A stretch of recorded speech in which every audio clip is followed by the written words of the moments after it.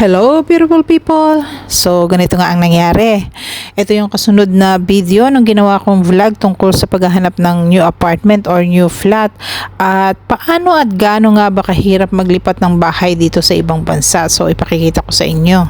Sisimulan ko yon sa pag-iimpake ng mga bagay-bagay na kaya kong bitbitin at kaya kong ilipat ng paisa-isa doon sa bagong bahay na lilipatan namin. At tulad nga ng nabanggit ko sa una kong vlog, na dito ko i-reveal kung alin ang napili naming flat or apartment na kukuhanin among all those na pinagpilian namin at tiningnan namin ay ito na nga siya.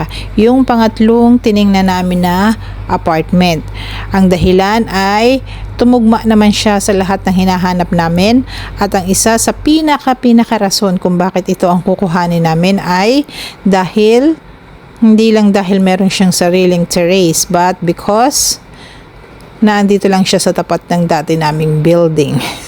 At kung saan nga ako nakatayo ngayon ay tanaw ko ang dati naming building kaya naman super lapit lamang niya. Isa ito sa factor na pinagbasihan din namin kung bakit namin napili ang apartment na ito. Although ang mahirap lang ay wala siyang lift or elevator at nasa third floor kami, ay naisip namin na sanay na din naman kami dahil second floor din kami nakitira doon sa isang building at wala din yung lift. Kaya it's not a big deal para sa amin.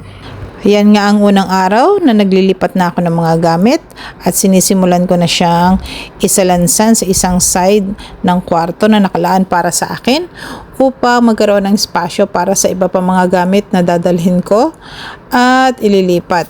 So mga susunod na araw nga ay magiging routine ko ay ang maghakot at paglipat ng mga gamit ko sa bahay na kaya kong bitbitin paakyat dito sa bagong flat. Meron siguro mag-iisip, bakit kakailanganin ng maraming araw sa paghahakot at paglilipat? Dahil ginagawa lamang namin ito sa pahapon na oras katulad ng mga alas 6 hanggang paggabi dahil yun ang mga oras na hindi kasagsagan ng init. Diyan nga yung pangalawang araw ko na paghahakot ng aking mga gamit at ang mga daladala ko lamang ay ang mga maliliit na bagay kaya kaya ko na siyang ilagay sa isang bag na kaya ko ding bitbitin paakyat sa third floor sa next building. Sa 3 oras nga ay ganyan ang ginagawa ko, ang magpaakyat panaog, paroon at parito, magbitbit at magbiyabit ng mga gamit ko galing sa kabilang building papunta dito sa bago kong room. At kaya naman hindi nyo matutumbasan ang pagod na naranasan ko sa mga oras na iyan. Hirap at pagod na kailangan naming indahin dahil ang mga gawain na ito ay hindi namin pwedeng ipagpasakana. Katulad nga ng nabanggit ko ay ang due date namin ay nalalapit na kaya naman kailangan na namin magsimulang maghakot kahit pa ilan-ilan lamang ng aming mga gamit.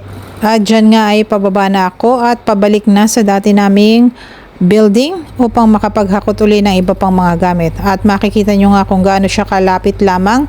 Opposite lamang ang dati at bago naming building kaya malapit lamang talaga siya at makakapaghakot kami anytime na gustuhin namin. Sa aking kaso ay gusto ko ay pahapon or paggabi na. Ang mga sumunod na araw nga ay inilaan uli namin sa paghahakot at pagbibitbit na mga gamit namin, mga bagay-bagay na kailangan namin sa paglipat namin sa bagong building. At paano naman ang mga malalaking gamit katulad ng bed, ref, AC, washing machine, cabinet, sofa.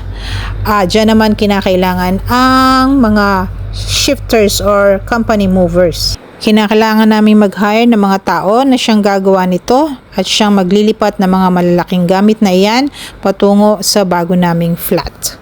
At yan nga ang 70% ng mga gamit na naipon ko mula nang maghakot ako or maglipat 6 days ago. Ngayon naman ay kailangan ko siyang i-push sa kabilang side ng room para magkaroon ng space sa bed na ililipat at sa cupboard or cabinet na i-assemble.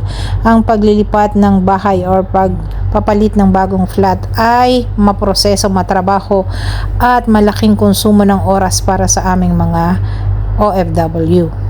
Yan na nga ang araw na dumating ang mga hinire namin na shifters or movers na siya maghahakot ng aming mga mabibigat na gamit sa bahay. Sila yung mga nasa linya ng ganitong gawain na literal na kailangan ng malakas na pangangatawan at pamamaraan para magawa nila ng maayos ang trabaho na ito. Dahil malalaki at mabibigat ang mga kasangkapan, kakailanganin pa rin nila ng truck na siya maghahakot ng mga gamit na ito. Ang truck ay pupwesto sa mismong tapat ng building, eksaktong pinto, upang madali na lamang para sa kanila ang magbaba ng mga ito. At mula dyan ay sisimulan na nila itong hakutin isa-isa, at kung paano nila gagawin yan ay mapapahanga ka na lamang. Sa pagkakataon na yan ay nailipat na halos karamihan ng mabibigat na mga gamit sa bahay. At sa aking kwarto naman ay karamihan ng aking personal belongings ay naroon na, at ina-assemble naman ang cupboard or closet.